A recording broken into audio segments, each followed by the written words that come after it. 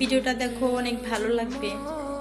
এত সুন্দর করে গাড়ি কেন সাজিয়েছো? তখনকার আমরা তো জীবনে honeymoon-এ কি যাচ্ছি। হয় বলা তোমার যায় জন্য না। পছন্দ হয়েছে? অনেক পছন্দ হয়েছে। ঠিক আছে, চলো তাহলে এখন আমরা যাই। জোরে জোরে। মিথিলা, এর থেকে জোরে চালালে আমি গাড়িটা কন্ট্রোল করতে পারবো না। পারবা, লং ড্রাইভে আছি আমরা, তুমি একটু ফিল নাও। Long drive with music.